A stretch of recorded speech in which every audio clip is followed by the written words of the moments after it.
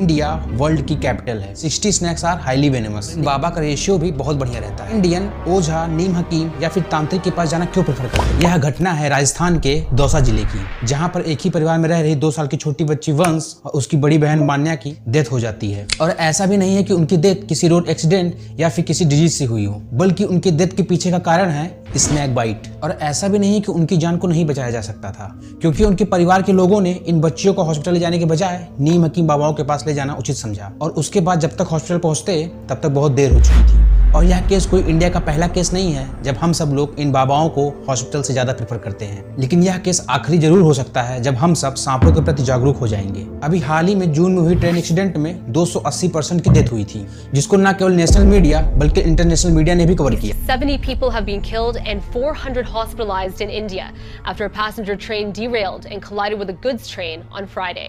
और प्रत्येक साल केवल इंडिया में अराउंड 1.5 लाख से अधिक पर्सन रोड एक्सीडेंट का शिकार होते हैं। इन दोनों ही केसेस में सोसाइटी काफी हद तक जागरूक है और गवर्नमेंट भी समय समय पर एडवर्टीजमेंट, रूल्स, रेगुलेशन क्रिएट करती रहती है कि कैसे रोड एक्सीडेंट और ट्रेन एक्सीडेंट को कम किया जाए। कृपया ट्रैफिक नियम का पालन कीजिए, क्योंकि रोड किसी के बाप का नहीं। सड़क सुरक्षा जीवन रक्षा। लेकिन अगर हम बात करें स्नैक एक्सीडेंट की, यानी सांपों के द्वारा काटे जाने की, तो इसके लिए ना तो कोई सोसाइटी में अवेयरनेस है, ना ही गवर्नमेंट की तरफ से कोई बड़े स्केल पर अवेयरनेस फैलाई गई। वर्ल्ड हेल्थ ऑर्गेनाइजेशन के अकॉर्डिंग पूरी दुनिया में करीब 81,000 से लेकर अराउंड 1.5 लाख लोगों की डेथ होती है केवल स्नैक बाइट से। और आपको यह जानकर शौक लगेगा कि स्नैक बाइट के मामले में इंडिया वर्ल्ड की कैपिटल है, यानी पूरी दुनिया की ऑलमोस्ट 50% डेथ, अराउंड 60,000 डेथ केवल इंडिया में ही होती हैं। और इस नंबर का जस्ट 4 टाइम्स लोग जिनकी स्नैक बाइट में डेथ तो नहीं होती है, उनको कोई ना कोई सीवियर डिजीज या फिर जिस भी बॉडी पार्ट में सांप ने काटा होता है उसको काट कर अलग करना पड़ता है। तो फिर आज की वीडियो में हम जानेंगे कि आखिर इंडिया में इतने ज्यादा स्नैक एक्सीडेंट क्यों होते हैं और आखिर लोग कभी कभी ना चाहते हुए भी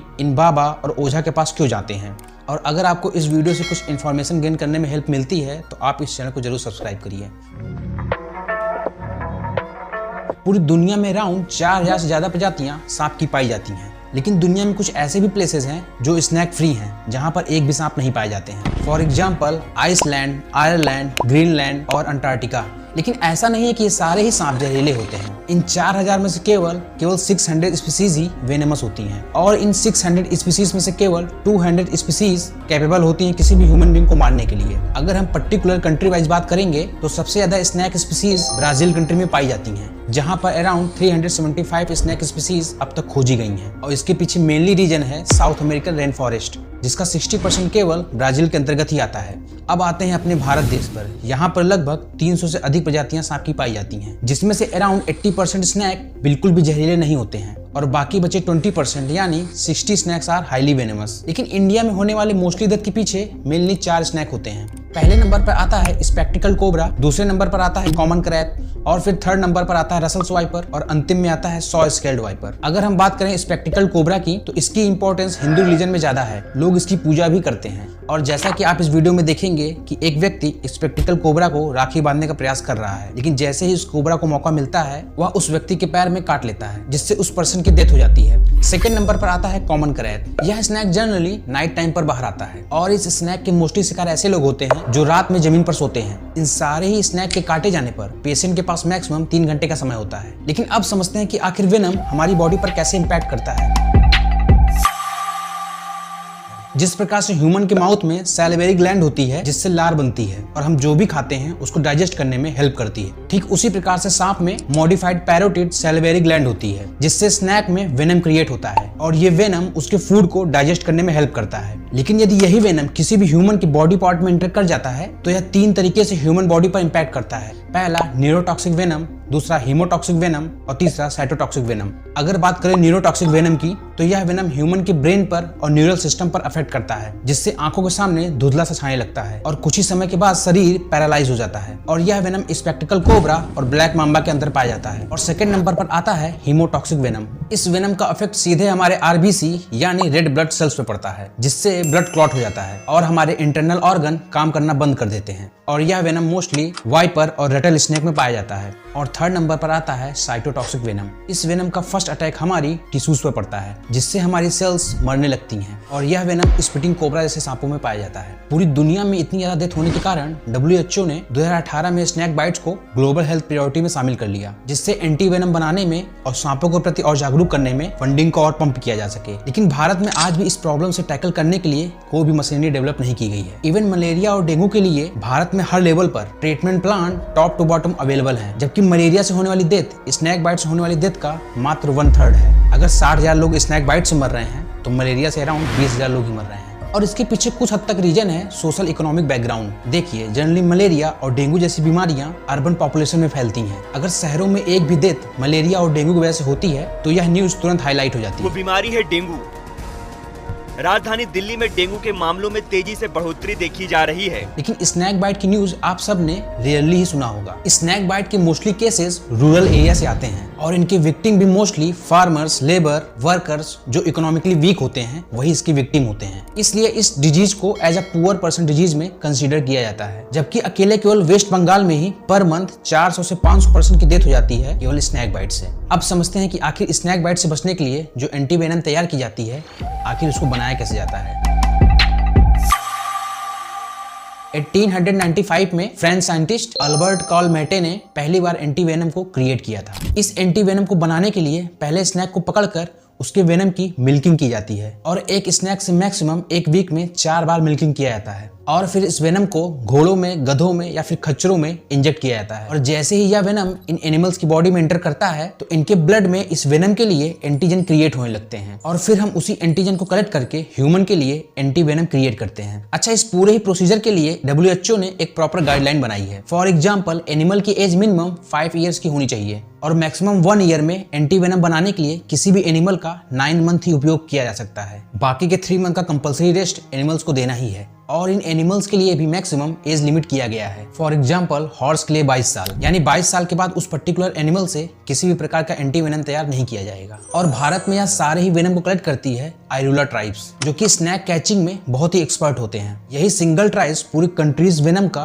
80% वेनम कलेक्ट करती है। फिर वो वेनम चाहे रिसर्च के लिए कलेक्ट किया गया हो या फिर एंटी वेनम बनाने के लिए कलेक्ट किया गया हो। लेकिन एंटी वेनम की डिमांड इंडिया में ज्यादा है और उसकी सप्लाई काफी कम है और ऐसा इसलिए है क्योंकि स्नैक स्पीसीज को वाइल्ड लाइफ एक्ट 1972 के तहत प्रोटेक्शन दिया गया है। इस एक्ट के अकॉर्डिंग किसी भी स्नैक को पकड़ना या फिर उसके वेनम की मिल्किंग करना क्राइम है। रिसेंटली आपने एक केस सुना होगा, एक फेमस यूट्यूबर एल्विस यादव के ऊपर एक एलिगेशन है कि वह पार्टीज में स्नैक वेनम को एज अ ड्रग सप्लाई करते हैं। आजकल स्नैक वेनम की डिमांड ड्रग के रूप में काफी ज्यादा है क्योंकि इसका नशा काफी दिनों तक चलता है और यह भी एक रीजन है जिससे कि एंटी वेनम की प्रोडक्शन काफी स्लो है। एंटी वेनम ब्रॉडली 2 टाइप्स के होते हैं, पहला मोनोवेलेंट और दूसरा पॉलीवेलेंट। अब मान लीजिए अगर आपको कोई स्नैक बाइट कर लेता है लेकिन आपको तो यह पता नहीं होगा कि यह स्नैक न्यूरोटॉक्सिक है या फिर हीमोटॉक्सिक है, इसलिए एंटीवेनम को 2 प्रकार से क्रिएट किया जाता है। मोनोवेलेंट एंटीवेनम केवल उसी वेनम पर वर्क करेगा जिससे वह क्रिएट किया गया हो। फॉर एग्जाम्पल, यदि किसी भी पर्सन को कोबरा बाइट कर लेता है और अगर आपको हॉस्पिटल में वाइपर के वेनम से क्रिएट किया गया मोनोवेलेंट एंटीवेनम दिया गया तो इसके बहुत हद तक चांसेस हैं कि आपकी डेथ कंफर्म है क्योंकि मोनोवेलेंट एंटीवेनम सिंगल स्पीसीज से ही क्रिएट किया गया है। लेकिन अगर बात करें पॉलीवेलेंट एंटीवेनम की तो इसको 2 या 2 से अधिक स्पीसीज से क्रिएट किया जाता है।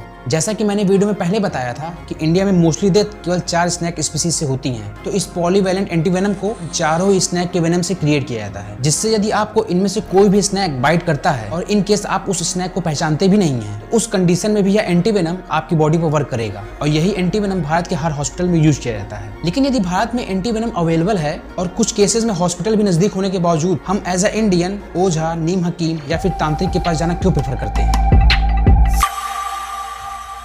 जैसा कि मैंने वीडियो में पहले बताया कि मोस्टली स्नैक बाइट के केसेस रूरल इंडिया में होते हैं जहां पर अवेयरनेस की कमी और साथ साथ फाइनेंशियल प्रॉब्लम भी रहती है। अब मान लीजिए किसी भी व्यक्ति को रात में स्नैक बाइट करता है तो उस पेशेंट की फैमिली को यह श्योरिटी रहती है कि अगर हम हॉस्पिटल जाएंगे तो 100% डॉक्टर के मिलने के चांसेस ना के बराबर हैं और हर गाँव में कोई न कोई झाड़ फूक करने वाला या फिर ओझा जरूर होता है जो दशकों से ऐसे केसेस को हैंडल करता चला आ रहा है और लोग उस पर इसलिए भी विश्वास कर लेते हैं कि मोस्ट ऑफ द टाइम उसके यहाँ जो भी पेशेंट आते हैं वो ठीक होकर वापस चले जाते हैं।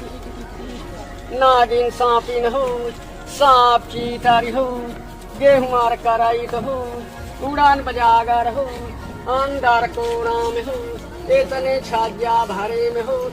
लेकिन आम लोगों को और उस पेशेंट को ये नहीं पता होता है कि 80% स्नैक जहरीले होते ही नहीं है। यदि वह पेशेंट कहीं भी नहीं जाता है तो भी उस पेशेंट को कुछ नहीं होगा। लेकिन जो भी पेशेंट इन बाबा के यहाँ से ठीक होकर आते हैं वो इन बाबा का प्रचार पूरे गाँव में करते हैं, जिससे कि इन बाबाओं पर विश्वास और भी बढ़ने लगता है और इन बाबा का रेशियो भी बहुत बढ़िया रहता है। मान लीजिए 10% को सांप ने काटा और वो सारे ही 10 लोग बाबा के पास गए, जिसमें से बाबा 8 लोग को तो श्योरली बचा ही लेगा, जबकि जो ओरिजिनल 2 पेशेंट हैं जिनको जहरीले सांप ने काटा है उनको तो वो 100% नहीं बचा पाएगा। लेकिन उसके बावजूद भी बाबा का रेशियो 8:2 रहता है। और दूसरा मेन रीजन ये है कि ये बाबा 24/7 आपकी सेवा में अवेलेबल रहते हैं, क्योंकि इनका काम ही यही है कि आपको 24/7 मूर्ख कैसे बनाया जाए। और जबकि डॉक्टर्स ड्यूटी टाइम पर हॉस्पिटल में शायद ही मिले, और कई बार हॉस्पिटल के एक्सपेंसेस इतने ज्यादा रहते हैं कि वहां पर नॉर्मल पीपल जाना अवॉइड ही करता है। लेकिन यदि किसी भी पर्सन को स्नैक बाइट कर लेता है तो आखिर उसको क्या करना चाहिए और क्या नहीं करना चाहिए।